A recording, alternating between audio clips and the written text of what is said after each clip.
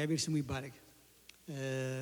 ዛሬ ወንጌልና በጎ አድራጎት በሚል የእግዚአብሔርን ቃል አብረን እንማራለን። ከዚህ ጋር የተያያዘ ጌታም ያዘዘው ትእዛዝ አለ እና ወንጌልም ደግሞ የራሱ ተፈጥሮ አለው፣ የራሱ ባህሪ ያለው። ከዚህ ጋር የተያያዘ ማቴዎስ 10 ከ7 እስከ 8 በጌታ በኢየሱስ ስም አነበዋለሁ።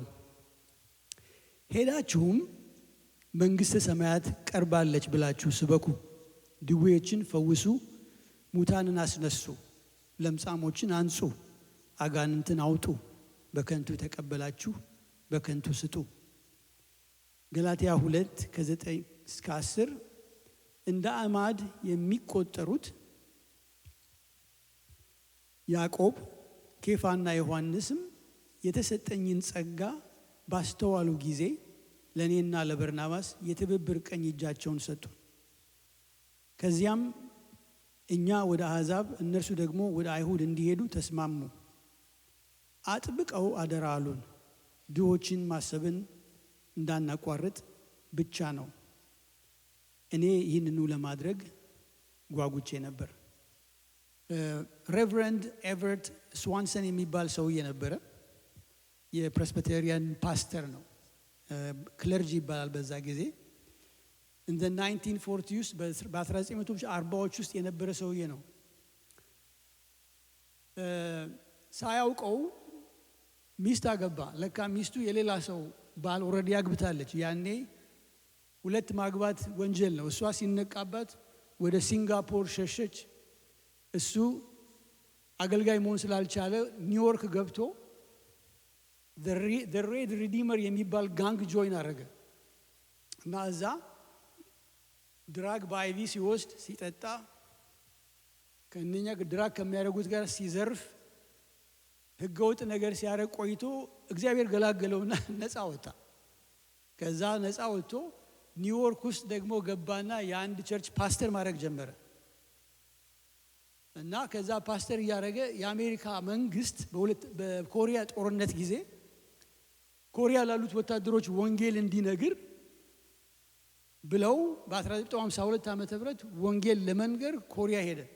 ለአሜሪካ ወታደሮች ሊጸልይላቸው ስለ ወንጌል ሊያወራ እና አንድ ቀን ማታ ሲያልፍ የሆነ ትራክ ቆሻሻ የሚጥል ይመስላል በላስቲክ እያሸገ እና ጠጋ ብሎ ሲያይ ወላጅ የሌላቸው ልጆች ናቸው። በዛ በኮሪያው ጦርነት ጊዜ በረዶ ላይ ወድቀው በበረዶ ምክንያት የሞቱ ህፃናት ናቸው እያነሳ የሚወስዳቸው እና ያንን ሲያይ አንድ ጥያቄ ውስጥ የተፈጠረ አንድ ድምፅ ሰማው አለ ሰውየው። እና የሰማው ድምፅ ምንድነው? what are you going to do የሚል ድምፅ ሰማው አለ። እና ከዛ ጊዜ ጀመረ እዛ 35 ልጆች እንደምንም አድርጎ ከዛ 35 ልጆች አዳነ፣ ስፖንሰር አደረገ። መጣና ቺካጎ ሄዶ ሬቨረንድ ኤቨረት ስዋንሰን ኢቫንጀሊስቲክ ሚኒስትሪ የሚል አቋቋመና ቤዝመንት ውስጥ ሆኖ ፈንድሬዝ ማድረግ ጀመረ። ፈንድሬዝ ማድረግ ጀምሮ ኮሪያ ውስጥ ያሉትን ህፃናት ኦርፋን አቋቁሞ ብዙ ልጆች ማዳን ጀመረ።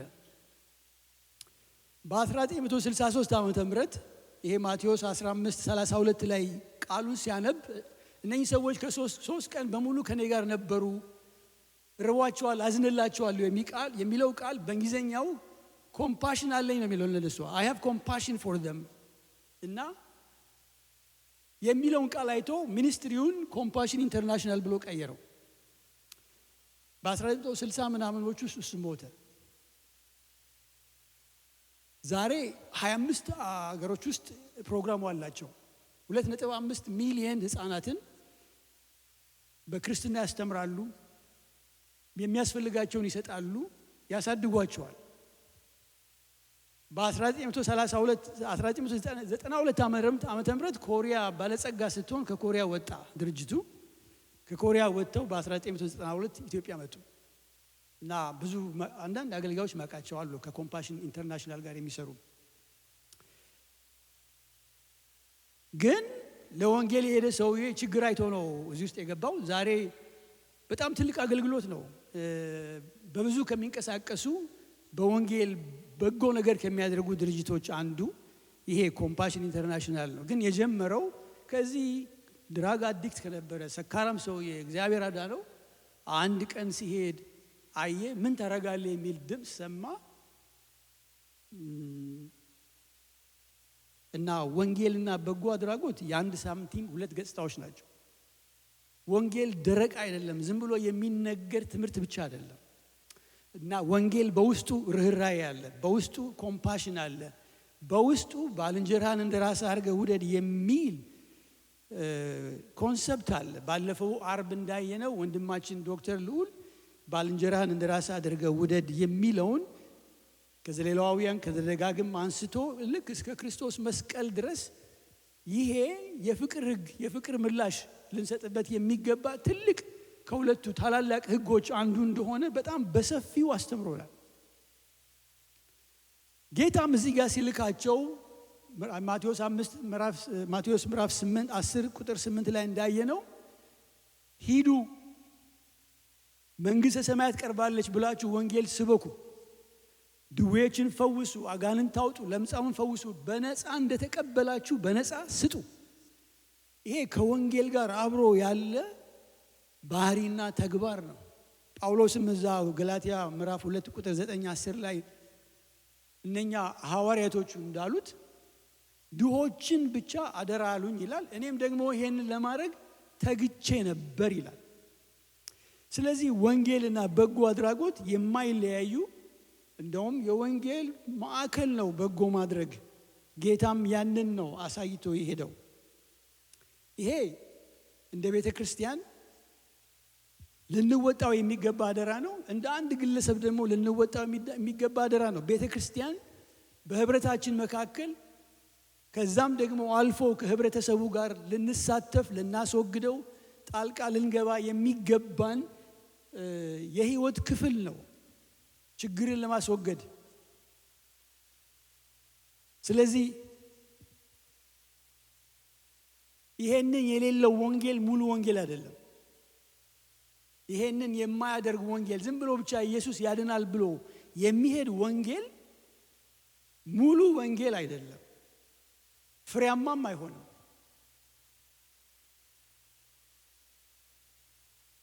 አንድ ጊዜ በሰሜን አካባቢ ወንጌል ልንመሰክር ሄድን አሉ። አንድ አገልጋይ ናቸው የሚነግሩኝ እና በቤተ ክርስቲያን ነው የሄድነው አሉ። እነኚህ ወንጌል ሰባኪዎቹና ወንጌል የሚሰሙት ሰዎች ባለው ባህል ምክንያት ህብረት አያረጉም። እነኛ የሚናቁ ናቸው እና ሰበሰብናቸውና መዳን በክርስቶስ ኢየሱስ ነው፣ ሰው ሁሉ እኩል ነው፣ ክርስቶስን ተቀበሉ፣ በወንጌል እመኑ ብለን መሰከርንላቸው አሉ። ከዛ ከመካከላቸው አንዱ ወጣት ተነሳና አሁን እናንተ የምትሉትን ወንጌል ብንቀበል፣ እናንተ የምትሉትን መልእክት ብንቀበል ይሄ ማለት እኛና እናንተ ህብረት እናደርጋለን ማለት ነው፣ ጋብቻ መሆን እንችላለን ማለት ነው፣ አብረን አንድ ገበታ መቁረስ እንችላለን ማለት ነው ሲል አብረው ከመጡት ሽማግሌ አንዱ የቤተክርስቲያን አስተዳዳሪ እንደሱ አልተባለም አሉ። እንደሱ አልተባለም፣ እንደሱ እንሆናለን ማለት አይደለም አሉ። እና ሰውየውን ዝም አሰኙት አሉ። እንደዚህ አይነት ወንጌል የለም፣ እኛ ጋር አትደርሱም፣ እኛ ጋር አንካፈልም፣ አብረን አንኖርም የሚል ወንጌል የለም። ወንጌል ከዛ በላይ ነው። ወንጌል ክርስቶስ ራሱ ነው። ወንጌል የሚገባን ክርስቶስ ከገባን ብቻ ነው። የወንጌል ነገር የሚገባን ለኛ የተደረገልን ከገባን ነው። ለኛ የተደረገልን ከተረዳ ነው። በክርስቶስ ልብ ውስጥ ያለውን ሐሳብ ካወቅን ብቻ ነው። ሪሊ እውነተኛው ወንጌል ሙሉ የሆነው ወንጌል የሚገባን። እግዚአብሔር ይርዳን። አሜን። እግዚአብሔር ይርዳን።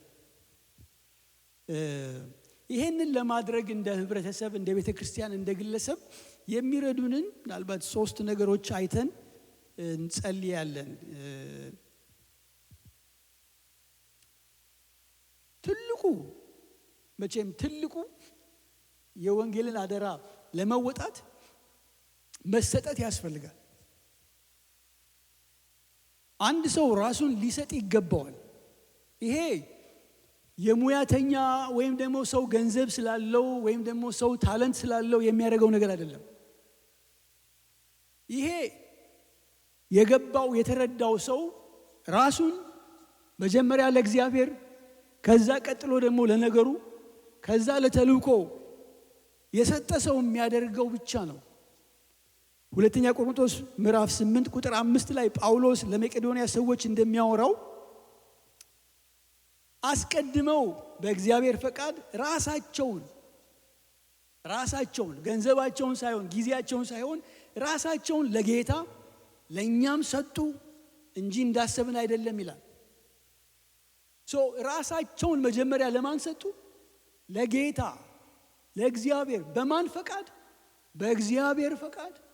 ሰው ከእግዚአብሔር ፈቃድ ጋር ተስማምቶ ራሱን መጀመሪያ ለእግዚአብሔር መስጠት አለበት። ከዛ ራሱን ለህብረት መስጠት አለበት፣ ለአገልጋይ መስጠት አለበት፣ ለአገልግሎት መስጠት አለበት። አለዚህ መሰጠት ፍሬያማ አይሆንም፣ አይሰራም። አንዱ ሊኖረን የሚገባው ያ ረቨረንድ ሰውዬ አየው መጀመሪያ ለእግዚአብሔር ራሱ የሰጠ ሰውዬ ነበር። እንዘን የቀረ ዘመኑን ለዚህ ነገር ሊኖር ከዛ ሲመጣ ቤዝመንት ውስጥ ገብቶ ጀመረ። ሁሉን ነገር ትቶ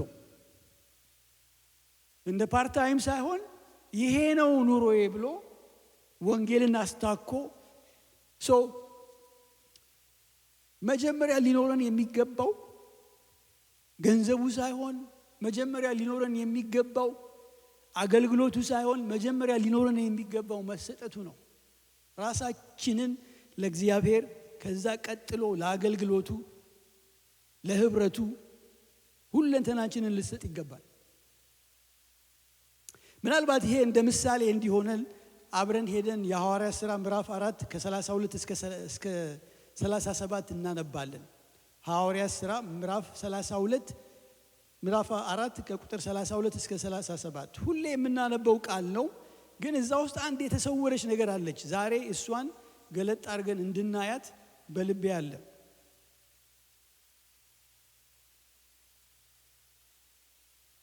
ከ32 እስከ 37 አነበዋለሁ። እንደዚህ ይላል።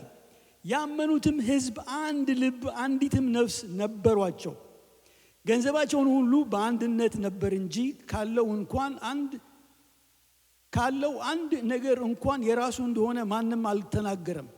ሐዋርያትም የጌታን ኢየሱስ ክርስቶስን ትንሣኤ በታላቅ ኃይል ይመሰክሩ ነበር። በሁሉም ላይ ታላቅ ጸጋ ነበረባቸው። በመካከላቸውም አንድ እንኳን ችግረኛ አልነበረምና መሬት ወይም ቤት ያላቸው ሁሉ እየሸጡ የተሸጠውን ዋጋ ያመጡ ነበርና በሐዋርያትም እግር ላጠገብ ያኖሩ ነበር። ማናቸውም እንደሚፈልግ መጠን ለእያንዳንዱ ያካፍሉት ነበር። ትውልዱም የቆጵሮስ ሰው የነበረ አንድ ሌዋዊ ዮሴፍ የሚሉት ነበር። እርሱም በሐዋርያት በርናባስ ተባለ። ትርጓሜውም የመጽናናት ልጅ ነው። እርሻም ነበረውና ሽጦ ገንዘቡን አመጥቶ ሐዋርያት እግር አጠገብ አኖረው ይላል። እዚህ ውስጥ እንድናይ የምፈልገው ሁላችንም የምናውቀው ቃል ነው። ግን ቁጥር 32 ላይ ገንዘባቸውም ሁሉ በአንድነት ነበር እንጂ ካለው እንኳን አንዱ የራሱ እንደሆነ ማንም አልተናገረም አልቆጠረውም ይላል። በሌላው ትርጉም ማንም ገንዘቡ የራሱ እንደሆነ አልቆጠረም። ከዛ ደግሞ ንብረት ቢሆን ቤት ቢሆን ሸጠው ያመጡ ነበር ይላል። አሁን እዚህ ጋር እነኚህ ሰዎች ገንዘቡ የራሳቸው እንደሆነ ካልቆጠሩ የማን ነው ብለው ነው የቆጠሩት? የእግዚአብሔር ነው ብሎ ስለቆጠሩ ነው። ግን አሁን እዚህ ውስጥ ብናይ እነኚህ ሁሉ አይሁዶች ናቸው። በእነኚህ ውስጥ አሕዛብ የለም። በአይሁድ ንብረትና ቤት መሸጥ በጣም በጣም በጣም የሚከለከል ነገር ነው፣ የማይደረግ ነገር ነው። ዘሌዋውያን ላይ ሙሴ ነግሯቸዋል። ንብረት ኢያሱ እንደሚያካፍላቸው በነገድ እንደሚካፈሉ፣ ያ ንብረት የልጅ ልጅ እንደሆነ የነገዱ እንደሆነ። ስለዚህ አይሁዳዊ ንብረቱን ሸጠ ማለት ማንነቱን ሸጠ ማለት ነው። ከዛ መካከል በዛ በነገዱ መካከል ህልውና የለውም። ያቡቴ የሚባል ሰው ትዝ ይላችኋል? የወይን ቦታን ሽጥልኝ ስለው አልሽጥም ብሎ የሞተ ይሄ የአባቶቼ መሬት ነው አለ። ለትውልድ የሚሆን ነው። ግን ለነኚህ ሰዎች እዚህ ጋር ለመድረስ ትልቅ መሰጠት ነው። ትልቅ መሰጠት ነው ለእግዚአብሔር። ንብረቱ የኔ አይደለም ብሎ መቁጠር፣ የትውልድ አይደለም፣ የቤተሰብ አይደለም፣ ይሄ ገንዘብ የክርስቶስ ነው ብሎ ለነሱ መቁጠር በጣም ከባድ እርምጃ ነው። ትልቅ የመሰጠት ትልቁ ነው። ኖት ኦንሊ ዛት እነ ጴጥሮስ ይሄን ገንዘብ አምጡ ብለው አልሰበኩም፣ አልተናገሩም። ጴጥሮስ አልተናገረም። እነ ጴጥሮስንም ለገንዘባቸው ማመናቸው ራሱ ከነሱ ጋር ያላቸው መሰጠት፣ ይሄ ስፒሪቹዋል ዩኒቲ። ባለፈው እሁድ ዕለት ፓስተር ቤዛለም በዮናታንና በጋሻ ጃግሬው መካከል ያለውን አንድነት ስፒሪቹዋል ዩኒቲ ምን ያህል አስፈላጊ እንደሆነ አስተምሮናል። ይሄ ዩኒቲ በጣም ትልቅ ዩኒቲ ነው። ይሄ እዚህ ዩኒቲ ላይ ለመድረስ ቀላል አይመስላችሁ። ሰው እዚህ ጋር እንደዚህ ተሰጥቶ ለመድረስ እግዚአብሔር ያን ይፈልገዋል። የእግዚአብሔር መንፈስ ያን ይፈልገዋል። እነሱ እንደዚህ ከመሆናቸው የተነሳ ነው በመካከላቸው ችግረኛ አልነበረም። በመካከላቸው የእግዚአብሔር መንፈስ በጣም ይሰራ ነበር። ግን እዚህ አሁን እነኚህ ሰዎች እንዴት እንደዚህ ሊያረጉ ቻሉ ብለን ብንል በገዛ ስጋና ደማቸው አይደለም። there is no way። ከላይ አንድ ብሎ ቁጥር 31 ላይ እዚህ ጋር እንደምታዩት እንዳታስተምሩ ብለው በዚህ ቃል እንዳትናገሩ ብለው ገረፏቸው። ከዛ መተው ተሰብስበው ጸለዩ። በልጅ ስም በሱ ስንናገር ለመፈወስ ፍጠን፣ ደግሞ በግልጥነት እንድንናገር ጸጋህን አብዛልን ብለው አንድ ላይ ተሰብስበው ጸለዩ። ቁጥር 31 ላይ ከጸለዩም በኋላ ተሰብስበው የነበረበት ስፍራ ተናወጠ፣ በሁሉም መንፈስ ቅዱስ ሞላባቸው፣ የእግዚአብሔርም ቃል በግልጥ ተናገሩ ይላል። በሁሉም መንፈስ ቅዱስ ሞላባቸው። እኔ አንዳንዴ እንደው እኩል መንፈስ ቅዱስ ስለማንሞላ ይሆን እኩል ቢሄቭ የማናረገው ብዬ እላለሁ። እነኚህ ላይ ሁሉም ላይ ያ የእግዚአብሔር መንፈስ ስለወረደ ሁሉም እዚህ ጋር ሁሉም ነው የሚለው። ሁሉም ንብረቱን ሸጦ ያመጣ ነበር። ሁሉም አንድ ሐሳብ ነበረው።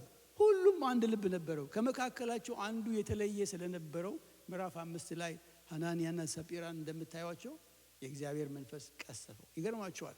ካለው ከዛ ከሁሉ አንድ አይጠፋም ወይ ሁለት አይጠፋም።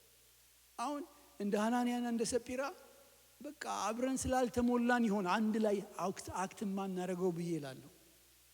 ግን ያ የእግዚአብሔር መንፈስ ስለነበራቸው ስለወረደባቸው ያ መሰጠት ነበር። ለህብረቱ መሰጠት ነበር። ለእግዚአብሔር መሰጠት ነበር። ከተሰጡ ሰዎች ጋር ነው ስራ የሚሰራው። እግዚአብሔርም የሚሰራው አገልጋዮችም የሚሰሩት እንዲህ አይነት የወንጌልም ስራ የሚሰራው ከተሰጠ ሰው ጋር ነው። ራሱን ለእግዚአብሔር ከዛ ለአገልግሎት ለአገልጋይ ለህብረቱ የተሰጠ ሰው እግዚአብሔር ይስጠን። እግዚአብሔር በዚህ አንድ ሆኖ በመሞላት እግዚአብሔር ይባርከን። አሜን። አዎ በቃ እዛ ላይ ወንድሜ ላይ የወረደው መንፈስ እኔ ላይ ይውረድ። እዛኛው ላይ የወረደው መንፈስ እኔ ላይ ይውረድ። አገልጋዮቹ ጋር ያለው መንፈስ እኛ ጋር ይውረድ። ያኔ አንድ ልብ፣ አንድ ሐሳብ፣ አንድ መሰጠት ይኖረናል። እግዚአብሔር ይርዳን። አለ መንፈስ ቅዱስ ምንም ማድረግ አንችልም። ስጋና ደም እንዲህ አይነቱን ስራ ሊሰራ አይችልም። ግን ስንሰጥ እኛም የራሳችንን ድርሻ ስናደርግ ክርስቶስም ሪስፖንድ ያደርጋል፣ እግዚአብሔርም ሪስፖንድ ያደርጋል። እና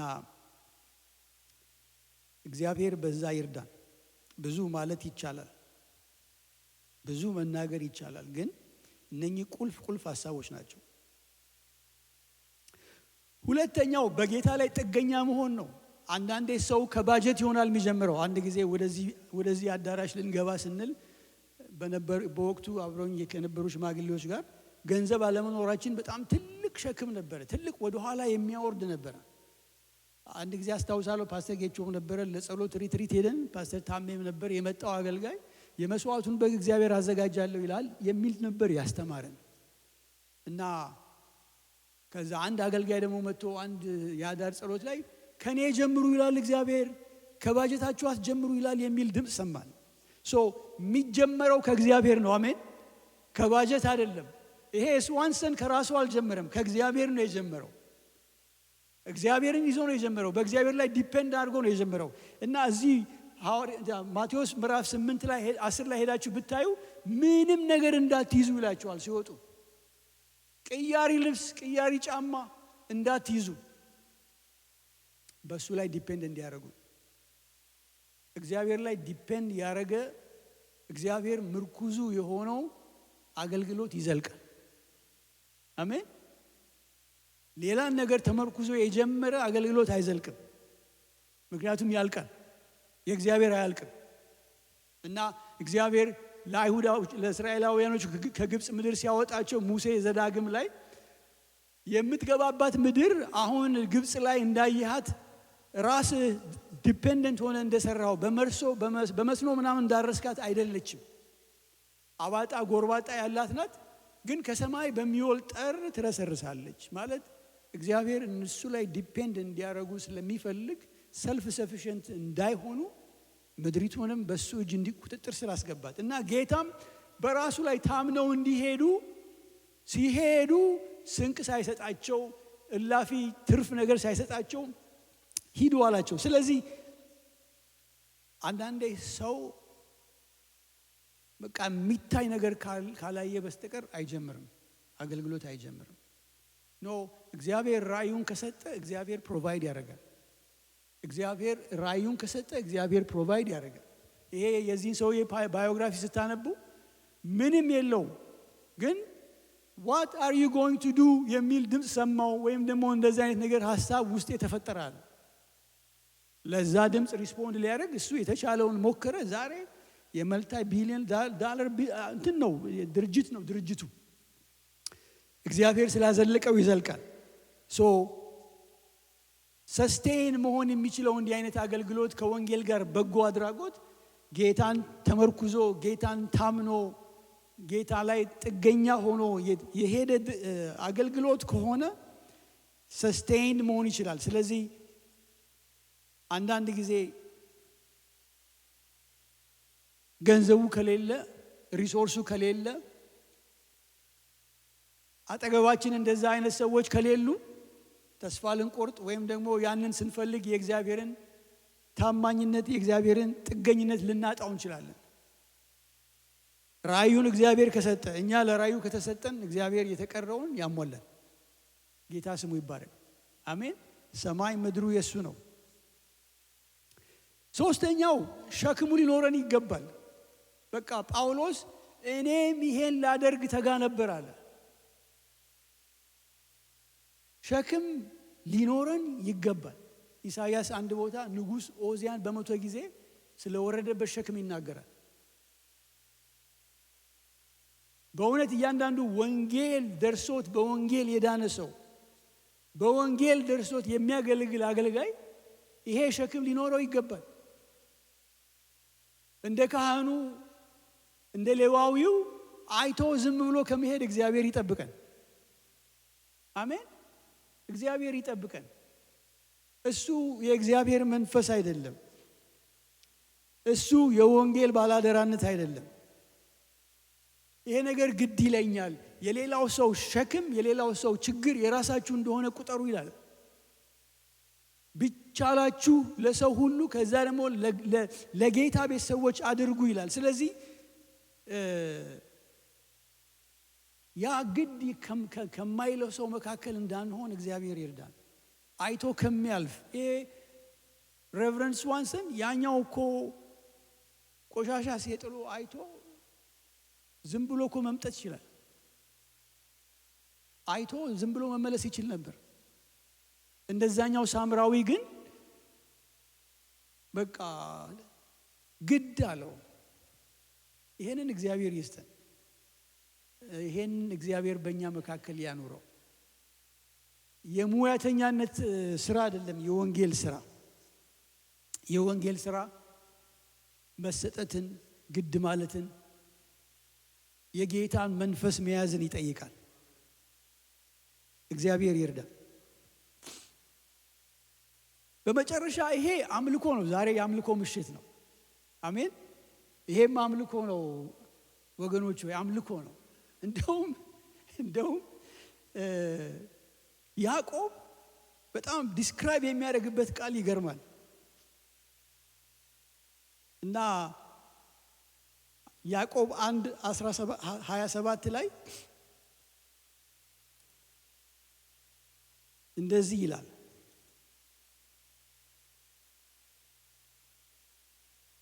ንጹሕ የሆነ ነውርም የሌለበት አምልኮ በእግዚአብሔር ዘንድ ይህ ነው፣ ወላጆች የሌላቸውን ልጆች ባልቴቶችንም በመከራቸው መጠየቅ፣ በዓለም ከሚገኝ ጉድፍ ሰውነትን መጠበቅ ነው ይላል። ኦርፋኖችን መጠየቅ፣ ወላጅ የሌላቸውን ባልቴቶችን፣ ችግረኞችን መጠየቅ፣ ይሄ ንጹሕ የሆነ ነውር የሌለበት አምልኮ ነው ይላል። ይሄ ንጹሕ የሚለው ቃል አንዳንድ ጊዜ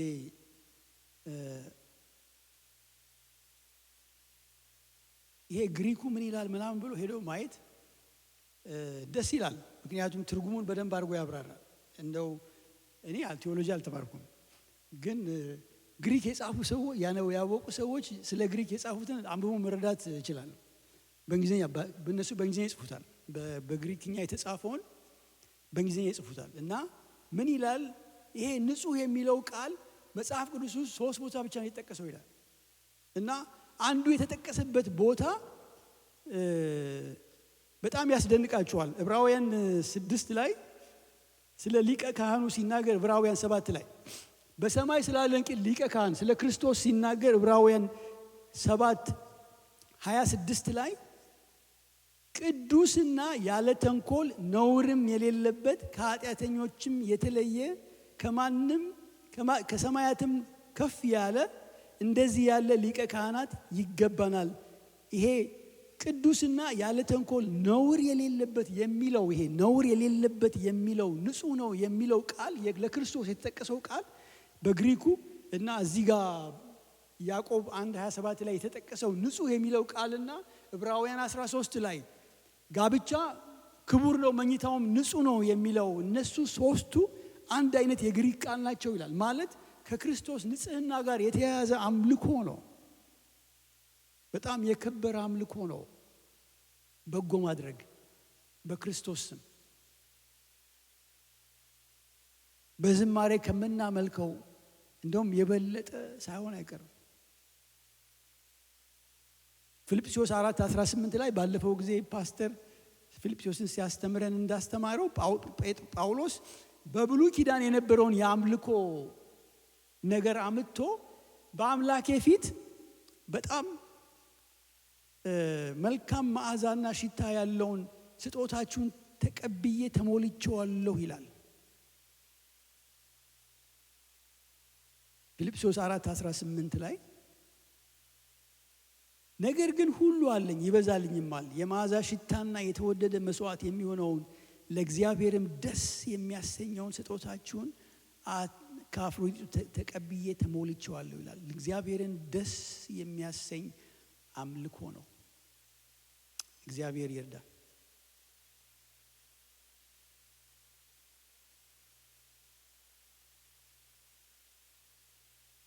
ዕብራውያን 13:16 ላይ እንደዚሁ ነገር ግን መልካም ማድረግን ለሌሎችን ማካፈል አትርሱ፣ እንዲህ ያለው መስዋዕት እግዚአብሔርን ደስ ያሰኘዋል። ይሄ እግዚአብሔርን ደስ የሚያሰኝ አምልኮ ነው። ቅድም ቪዲዮ ላይ የጠቀሱት ጥቅስ እነኚህ የፍየሎቹና የበጎቹ የት አግኝተን አሉት። ሁለቱም ታርዤ ተርቤ እንዲሆኜ ሲሉት የት አግኝተን ነው ላንተ መቼ ነው የከለከልን መቼ ነው ያደረግንልህ ሲሉት ኖ ለነኚህ ከታናናሾቹ ለአንዱ ያደረጋችሁት ለኔ። ይሄ ሰውዬ ለነኛ ለኮሪያ ህፃናት ያደረገው ለማን እንደሆነ ታውቃላችሁ? ለክርስቶስ።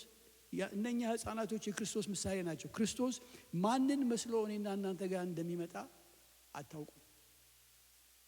አታውቁም።